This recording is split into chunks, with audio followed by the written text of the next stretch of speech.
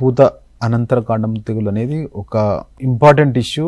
మన ఏదంటే జాతీయ స్థాయిలో ఉన్న ఇష్యూలలో మన తెలంగాణకు ఈ పూతానంతర కాండం కుళ్ళు తెగులు అనేది ఒక ప్రధాన సమస్య. యాక్చువల్గా దానిపైనే మేము గత 8-9 సంవత్సరాలుగా మనము పరిశోధనలు చేస్తూ ఉన్నాం మా దగ్గర.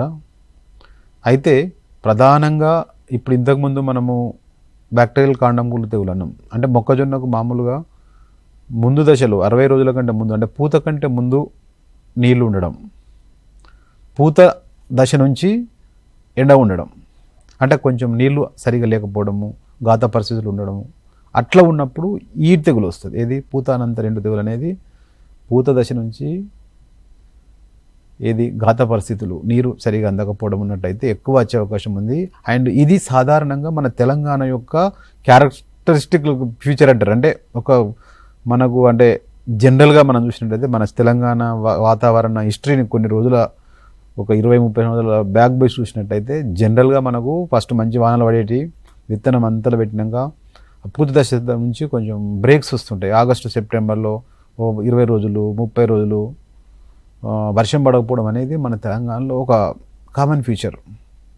దానివల్ల ఏంటంటే మనకు అది మొక్క మీద దిగుబడి మీద డైరెక్ట్ ఎఫెక్ట్ ఉంటుంది. దాంతోపాటు ఈ ఎండు తెగులు అనేది కూడా పూతానంతర ఎండు తెగులు బాగా వస్తుంది. ఇది మనకు ప్రధాన సమస్య యాక్చువల్గా. బట్ గత 3 సంవత్సరాల్లో కొంత తేడా ఉంది. అంటే ఆగస్టు సెప్టెంబర్లో మంచి వర్షాలు పడ్డాయి, అక్టోబర్లో మంచి దిగుబడి వచ్చింది. బట్ లేకపోతే ఇది ఒక ప్రధాన సమస్య ఇది తెలంగాణకు.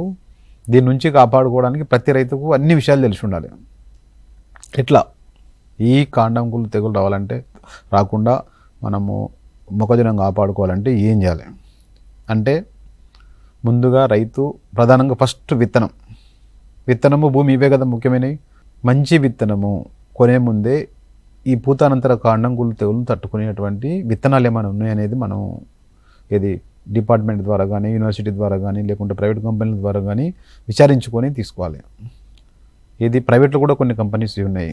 అట్లాగే ఇప్పుడు మన దగ్గర చూసినట్టయితే ప్రొఫెసర్ జయశంకర్ అగ్రికల్చర్ యూనివర్సిటీలో కరీంనగర్ పరిశోధన స్థానం నుంచి కానివ్వండి, హైదరాబాద్ నుంచి కానివ్వండి, మంచి ఈ పూతానంతర కాండం కుళ్ళు తెగులను తట్టుకునేటువంటి హైబ్రిడ్స్ రావడం జరిగింది.